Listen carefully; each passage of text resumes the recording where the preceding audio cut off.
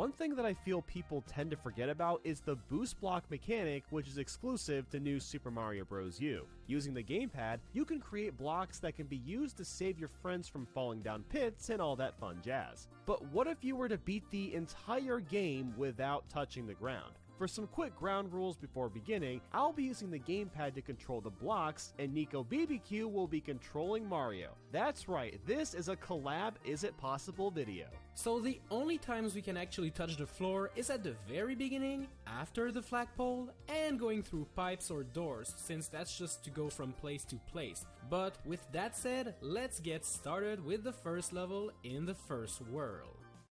Of the level finally, and got to a point with a bunch of colored rocks and needed it to move down to proceed. Unfortunately, there was no way to get past this without touching the ground of the rock, even while using the boost star. We tried using a pipe to possibly skip this area, but it dropped us right in front of the same rock, and we tried grabbing the tip of the side of the rock to see if that would activate it, but no luck was found. Our last idea was to take the secret alternate route, but that would also require us to touch the ground at least once. This is our first and only required touch to complete the level. But at least we got this really insane glide jump over the blue rocks. We were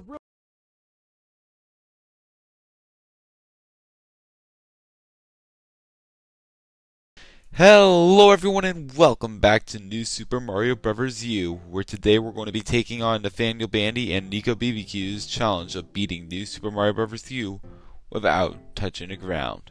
And by that they mean no surface whatsoever besides the boost block that the gamepad provides.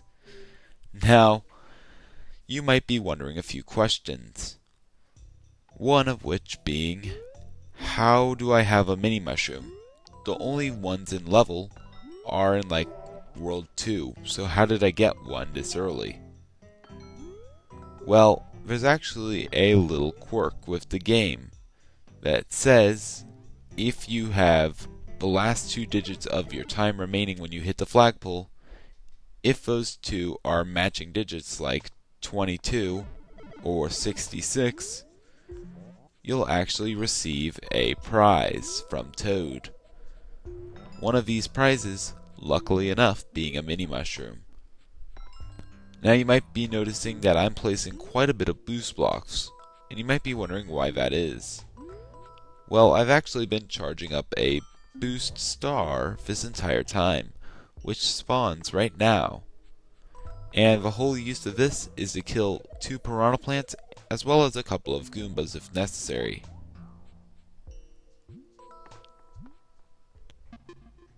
So I go ahead and knock a few Goombas out of the way. I remove the problemsome plants. Well, that's one of them at least. With this Goomba, we can actually bounce underneath the pipe and make our way over to this other troublesome plant. We delete him, and with that, that's the main purpose of that done. Now you notice that Goomba up in the top right corner, we need to make sure he stays up there, because he will reflect another Goomba that's up there. Now, by placing a block in the right place, we can actually squeeze in this tight gap before doing a wall jump off this pipe, and then we can go ahead and do some more Goomba bouncing.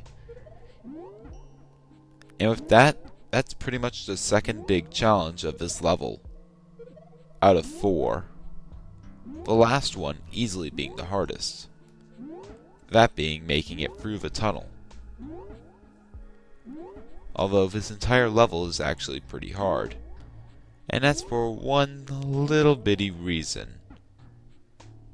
That's because I'm the one controlling both of the controllers. Which isn't as easy as you may think. Yes, it's not easy to actually manipulate a gamepad as well as Mario at the same time. And that's one of the reasons this challenge took about 5 hours to complete.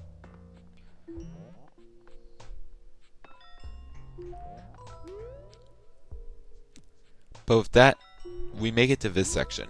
And if you notice a little spot between the pink and cyan blocks, you might think that there's nothing special about it. Well, if you go over to question mark block and hit some sort of trigger, it'll actually spawn a bunch more blocks, which I'd say about 75% of the time, if you're up there, you will actually land on and walk on. So I recommend taking the low route for this. Otherwise, you could be walking on some brown bricks. But with that, we're already to the third hard section. That being, you'll never guess, it keeps with the trend and has another Goomba. But before that, you might think right here that I actually touched the sideways platform, but thankfully I jumped just before the block shrinks down too much. And you can actually see how the block actually shrinks down below the platform after I leave it. But now we actually make it to the wonderful Goomba section. And this one is even more fun than the last. And that's surprisingly not sarcasm, because this is a pretty different Goomba section. While the last two have had more tight spaces, this one deals with changing between Goombas. Because one Goomba, why have that when you can have, I believe, 7? I have to make sure I don't land, and you know I didn't, because if I did, I would have died from the Goomba, but because I was still in air, I was able to bounce off of him. We can transfer between a few Goombas, and we're pretty much near the checkpoint. And, fun fact, this is actually, the attempt that you're seeing now, is actually the first time I actually got to the checkpoint. But from there, it gets a whole lot more, I wouldn't say complicated, but difficult. But first, let's go ahead and bounce off a few more Goombas. We go ahead and place some more bricks that we can actually stand on. One right over here.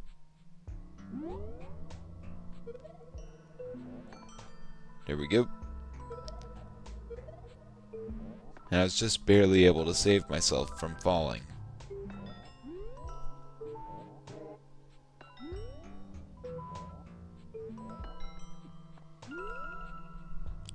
And now, here we are at the checkpoint. Well, at least pretty much. We have to avoid some piranha plants that are on the ceiling. And this is probably one of the places where it actually really hurts to have Mini Mario. That's because these piranha plants, if you don't time your jump correctly, can easily bite off your head. And it doesn't help the fact that these platforms that you can stand on, the boost blocks, disintegrate over time. It makes for a pretty stressful challenge. But with that, we can go ahead and trigger the flagpole or the checkpoint flag. And there we go. Now all I have to do is die. And thankfully these piranha plants will do pretty nicely.